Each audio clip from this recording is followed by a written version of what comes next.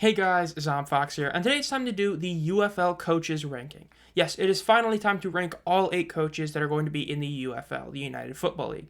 I've done this in the past 2 years for the USFL, and I didn't do an outright ranking, but I did mention my thoughts on the coaches for the XFL this past season. So it's time to look at this upcoming year in the new league.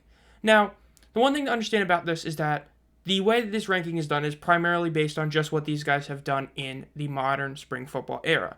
Pretty much just this past year, as only Skip Holtz has actually coached the last 2 years, that being 22 and 23. And while a couple of the XFL coaches did coach back in 2020, as I said before, it really is a different league than the 2023 version. So this is primarily based on what they have done this past season. Now, unlike both the USFL in the last 2 years and the XFL this past year, I think that overall the coaching talent, I guess we'll call it, is really good. I think that in 22 there was a clear couple of guys in the USFL that weren't going to be good coaches that ended up, well, being bad. Then, to a lesser extent, but still there in 2023, and then in the XFL, there was a few coaches that were predictably going to be bad, and most of them ended up being bad. But this collection of 8 coaches that we have for this season is actually pretty good. I think that the worst coach is nowhere near as bad as the worst coach in either of the past 2 leagues. And it's kind of hard to say that a guy is the worst. I just view it as there's just guys better than him. And the first one starts with the 2 guys at 8 and 7.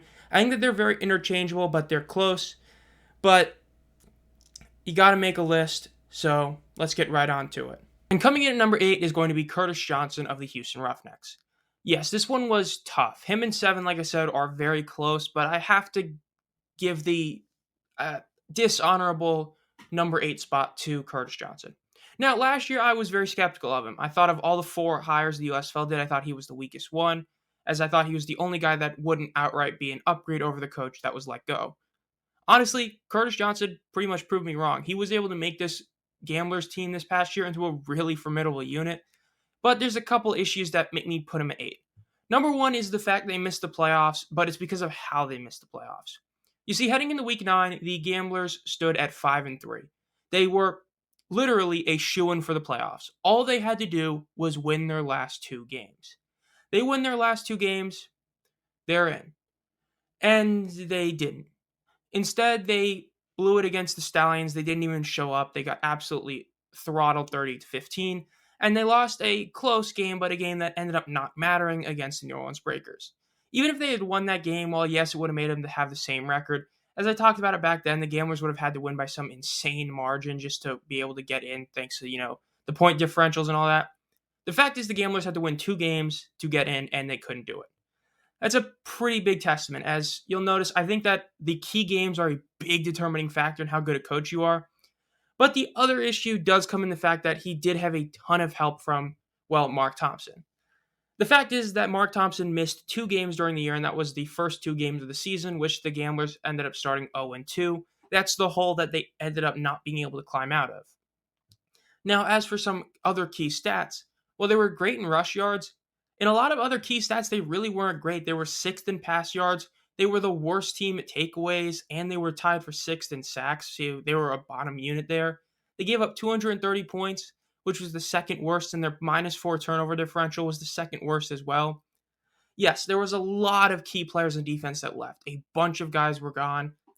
But the fact is that the overall team it wasn't good enough, which makes sense. Yes, they finished 5 and 5. They played in the much tougher South Division.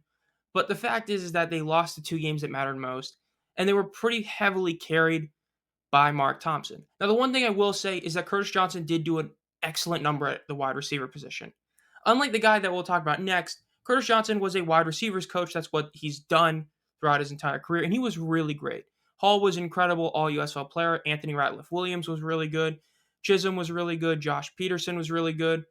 Essentially, he was able to make a really, really good receiving corps, including tight ends. So that part he is going to be really good at, and it's why I think a lot of people are sleeping on the Isaiah Henney draft pick they got in the dispersal draft. But yes, I have to put CJ at 8. I think that all 7 coaches are better than him, though the guy at 7 I think is debatable. And yes, I know a lot of people are going to be upset at this, and that's because they have the most fans of any team. Anthony Beck at number 7. I think a lot of people are overrating him as a coach. Look, am I going to argue that he is a great spokesperson for the league and all that? Definitely not. This man is great. He's always great on X and Twitter and getting players to go to the league, saying stuff like, hey, if you need a shot, just come to this league. He's a great spokesman kind of guy. The issue, though, is as a coach, he only has one season under the helm. His only other year coaching, he was a tight ends coach. Despite being a tight end, his tight end group was pretty underwhelming this past season. But the fact is that it's not only the fact that I have to see another year for him, it's the fact that his 3 losses are very key.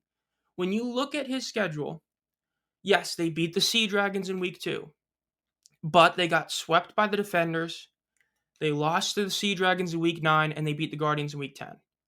The reason those games are key is because a lot of Battlehawks fans and Roughnecks fans who were salty tried to act as if the playoff format's what screwed them over.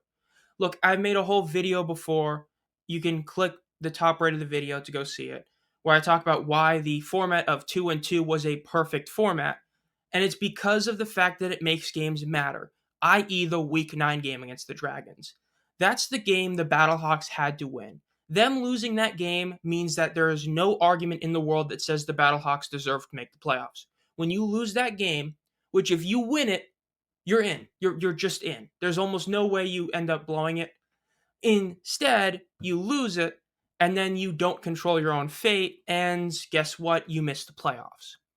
As well as losing to the Defenders twice, you lost to the best team twice, and you lost to what many people would say is the second best team in the game that mattered most.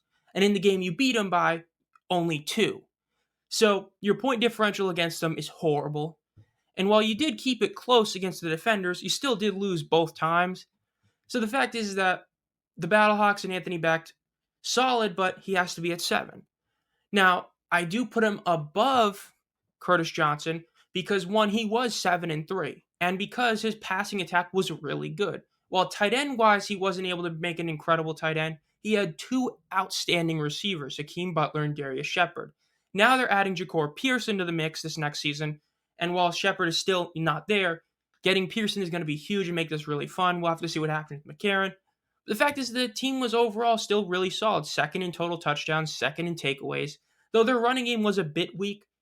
But overall, the receiving game was really fun. They were a fun team to watch. No hate there. It's just that the bottom line is all the other 6 coaches ahead of him, I would rather have than Becht. This was close. It's just that Curtis Johnson going 5-5 and having lost 2 games that mattered versus Becht only losing 1, and the fact that Becht just had a better record, as well as Becht did also play in the tougher division just like Curtis Johnson did. I give the edge to Becht, but he comes in at 7. And then coming in at the second easiest spot in the list is Mike Nolan at number 6. To me, the first spot that we'll talk about later that's insanely easy, I think we all know who it is. It's insanely easy to see the easiest spot, but this is the second easiest one. I think there's obviously 5 coaches better than him, but I think it's obvious he's better than the last 2. Despite what a lot of haters wanted to say about wanting to see him gone and bring in Ray Horton instead for this next year, the bottom line is you got to realize Mike Nolan inherited a really bad situation. This Panthers team was overall pretty trash, and in all honesty, in the offseason, they didn't really add as much dominant talent as some other teams did. They did add a guy like Breland Speaks, but they lost their number 1 receiver in Lance Lenoir, and they overall brought back a lot of guys that were just okay. And the big one is the guy in the bottom left, EJ Perry. He signed onto the team May 30th, and just a couple weeks later, started his first game and got his first game action, let alone first start, against the Philadelphia Stars in a playoff game. Says week 10. That was a playoff game. Both games in the North that year at week 10 were playoff games. The winner gets in, the loser gets out. They beat the Stars when it mattered most, 23-20. And then they would go on to lose to the Maulers in a very, very tight playoff game that they literally lost in OT because of a couple of terrible penalties they took late in the game and failing in the 2-point conversion OT shootout. The fact is that while, yes, they only finished 4-6, they made the playoffs, and a big deal is that they were able to get EJ Perry to come in and immediately be good. But the other fact is that they showed improvement in the defense, which is what Mike Nolan does. Despite the fact that overall offense was way up this season compared to 2022, the Panthers only allowed 209 points. That was a bit better than 2022. Now, it wasn't better by a ton, and same with their yards per game being better by 0.2, but it was still better than what they had in 22 despite offensive getting better. And then in their ranking, they ended up finishing 6th in points allowed versus tied for the worst. they finished fifth in yards allowed versus fourth, so the edge goes to 22. But then in sacks, the Panthers were tied for third in sacks. The 22 version were seventh. Both of them were the bottom of the league in pass defense, and passes defended. But in takeaways, this Panthers team was tied for fourth versus tied for sixth last year, or in 2022.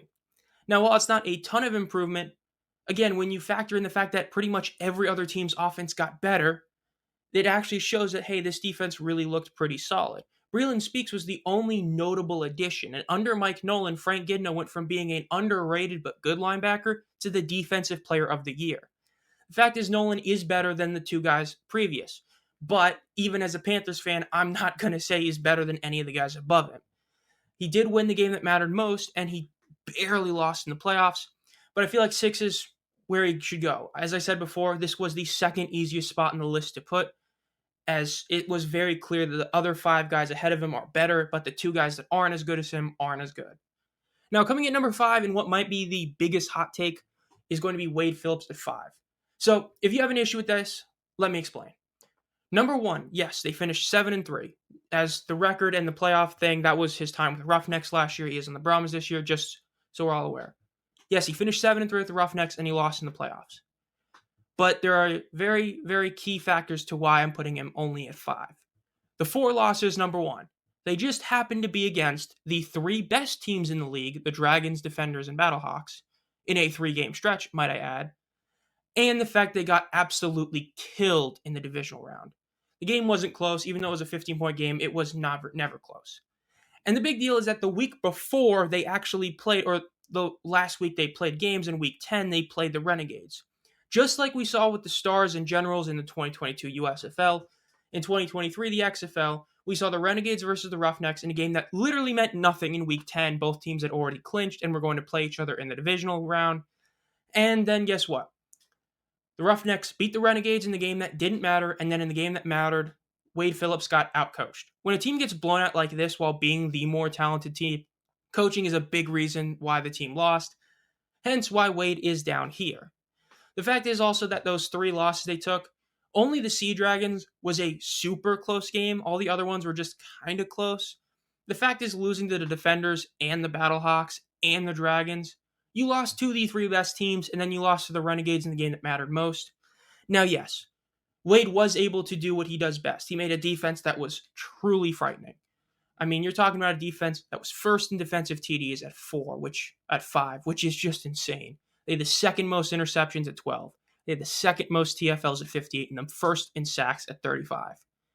Those are all great numbers, and I can't take anything away from him. He made a defense insanely good. It's just that when you look at the games that he lost, especially the playoff game, it makes it hard to put him higher on the list, because you look at it and you say, because he lost to the Renegades, you cannot put him above Stoops as a head coach, considering Stoops added talent when it mattered most and then got them over the hump. And you can't put him above the guy that went 9-1 in the regular season and made it to the title game. And there's 2 guys from the USFL that one of them is obviously better than Wade, and the other guy is number 4, John DeFilippo. Again, the record is from when he was with the Breakers last year. The Breakers finished 7-3, and they lost in the division finals. The 3-game losing streak came mid-season after a 4-0 start. They lost to the Showboats, Stars, and Stallions in a 3-game skid. Now, after that skid, they would go on to win 3 straight, including an absolute just annihilation of the Showboats in Week 9, 31-3, which killed off the Showboats' playoff hopes. That right there and the Gamblers game are a big reason why he is above Wade. Those 2 games were insanely key. The Showboats game put the Showboats out of their misery, and then the Gamblers game was that final nail in the coffin saying, we're not even going to give you the chance to make a insane, just stupid point differential to get us in tiebreaker. They won the 2 most important games, which are the last 2 in the season. Now, in the postseason, they got obliterated by the Stallions. But considering the fact the Stallions are still pretty much unanimously viewed as the best team in spring football, and they were just unbeatable at that point, yeah, it's a terrible loss, but it's not the worst loss. Because it's not like the Renegades were. When the Renegades beat the Roughnecks, the Renegades were pretty much viewed as the 5th best team in the league. So, versus going and getting drubbed on by the best team in the league. There's a big difference. And the fact is, they still did beat the Stallions early in the season. Yes, it was in week 3, but they still gave the Stallions one of their only 2 losses in the entire season. So the fact is, you got to give him credit for that. And he was in the dominant South Division. But the big reason I have him this high and above Wade is because of what he was able to do with the team he inherited. The Breakers were the second best team, well, debatably the second best team back in 2022. Hindsight makes them look a lot better than we thought they were back then, which I guess part of that is because of how bad the Generals looked in the postseason. The fact is that the 2022 Breakers were dominant in so many stats, and while they did lose a lot of players and they did keep a few, DiFilippo was able to make the team that had the second leading passer, the leading rusher, the lowest points allowed, third lowest yards allowed, and make it better. In 2023, he would upgrade from the second leading passer from Kyle Sloter finishing second at 1798 to MBT finishing at 2433. He lost his running back. He gained Wes Hills. Wes Hills had 679. Now, granted, the points allowed were a massive difference, a 22-point difference, but it was still the lowest points allowed in the entire league. And then first in sacks at 28 versus fourth at 22, and the second most yards of offense at 315.4 versus 303.3. And the yards allowed, they got better by 4 yards, as well as finishing one spot higher. So despite the fact that the team lost a lot of talent, they just got even better. I truly believe this 2023 Breakers team was one of the 3 best teams we've seen in modern spring football. I think that the defenders were probably better than them in 2023, but aside from that, I'd say that they were the 3rd best team in all of spring football. They were insanely dominant in a lot of ways. They had that 3-game skid, and they just went into a juggernaut in the Stallions in the postseason. And the fact is, when you look at a guy like Sage Surratt went from being a literal bench warmer type of tight end for the Stallions to being arguably the best tight end in spring football. Now, Cody Latimer and Jay Sternberger may have an issue with that, but he was elite this past season. Something like that is proof that this guy knows what he's doing with this team. And despite a lot of people saying who to him when he was announced as the Showboats coach, he is the 4th best coach in this league. He is going to do a great job with this team. It's going to be fun. Then coming at number 3 is Bob Stoops. Yeah, I'm putting him at 3. Even though he won the championship, I've been on record and still am saying that the Defenders were the best team this past season. If these 2 teams played multiple times, they would have won. Granted, I know it contradicts what I say about the most important game, but the fact is that Stoops did finish 4-6. And it's not like he made the playoffs because he was, deserving of it. He kind of just crawled to it. What I mean by that is he lost the last 2 games of the season. All the Brahmas had to do was win out. Now, granted, Hines Ward wasn't a great coach, despite what some people are trying to claim he was, and the Brahmas weren't a good team this past year. But if the Brahmas had just won the last couple games, the Renegades would have missed the playoffs. Instead, despite being 4-4 and then losing to the Defenders and Roughnecks in back-to-back weeks, they made it to the playoffs. Now, like I said, the Roughnecks game didn't matter because of the fact the Brahmas choked. And yes, they did lose an OT to the Defenders, but they still lost back-to-back games that mattered. And when you look at their wins, 2 of them came against the abysmal Guardians, one of them came against the insanely awful Vipers, and then they had 1 win against the Brahmas. Went 1-1 against the Brahmas, which they played in back-to-back weeks, and they ended up losing in the point differential against the Brahmas. So yes, in the postseason, they got really good. And the reason for that is because of Luis Perez. Let's just call it like it is. Luis Perez is why this team got really good. In the regular season, he played 3 games for the Renegades, and he looked okay, but he still looked better than Drew Plitt or Kyle Sloter. But then the postseason, which are the bottom 2 games on the bottom right, he had almost Alex Magoo levels of just stupid numbers. 577 yards, a 71.4 completion percentage, 6 TDs to 0 picks, and a 131.5 rating. Incredible. The Luis Perez addition and trade is the reason the Renegades won the title. And that's both a good and a bad thing to Stoops, because it's a quarterback got really hot in the postseason and allowed you to win back-to-back games. And yes, the games weren't even really close. It was clear from the very get-go that the Renegades were going to win both games. There was no shock in it. But I'm putting him at 3. You finished 4-6. You got lucky to make the playoffs. You lucked into it. That's what happened. You didn't earn your playoff shot. You lucked into it. And so when you luck into a playoff spot and then you just get hot, I'm sorry, number 2 is Reggie Barlow. Reggie was awesome this past season as a coach. Look, he went 9-1 in a North Division that had 2 7-3 teams. And guess what? He swept both of them. His only loss was a Week 7 loss to the Guardians, which, ironically enough, is just like the Stallions back in 22 when they lost a random Week 9 game to the Gamblers. They lost to a bad team, but it was a very close game. They just barely lost. Yes, a lot of their games ended up being pretty close. But when you're winning close games, that shows a lot about your leadership, a lot about your coaching. That's why I have Barlow above Stoops. The postseason, they beat the Sea Dragons again. If you know anything about football, it's insanely hard to sweep a team when you're playing them 3 times. They did that to a really, really good Dragons team. The Dragons actually finished with a better point differential than the Defenders, yet went 0-3 against them. That's the thing. Reggie Barlow was able to make a team insanely good. Yes, they did blow it in the title game. They just got outplayed from the very get-go, and the game wasn't really close, even though the final score is pretty close. As someone who watched that game, it was pretty evident after about the second quarter that it was over. And pretty much just like the Maulers Stallions championship, honestly, the score was close, but it was very evident one team was going to easily win it. But the fact is, like I said, I think if they play multiple times, the Defenders win. A big reason as well for having Barlow above Stoops is the 2 quarterback system.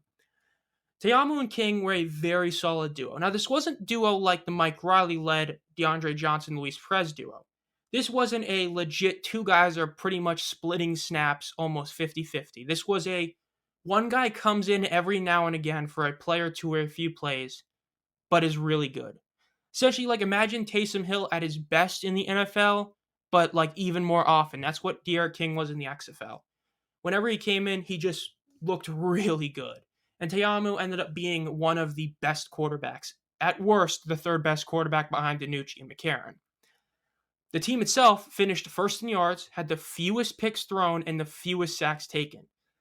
They were also the only team in the league to rush for over 1,000 yards. They finished with 1,400. So yeah, incredible job. But, I mean, come on, number 1 is Skip Holtz.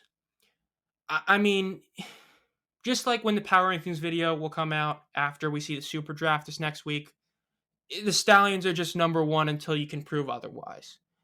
The team finished 8-2. They won the USFL title. They dominated a insanely dominant South Division. Now, they didn't sweep the different division like Reggie Barlow's Defenders did, but essentially the team had 2 losses early in the year in Week 3, and then midway through the season in Week 5 against the Gamblers, which was a 1-score game. And then after Week 5, they just said, let's go back and just run the table. We went 5-0 the rest of the season. Then they demolished the Breakers in the postseason, and then they demolished the Maulers. Now, the Maulers game, the score really doesn't tell the story of it. As I said, the score was close for a while, but always felt like the Stallions were going to win the game. The Stallions just were insane. And the reason this guy has to be number 1 is because, well, yes, as I said before, the injuries were insanely overblown. The Jamar Smith, Bo Scarborough, Marlon Williams injuries were not as big deals as people made them out to be because the Stallions had great backups.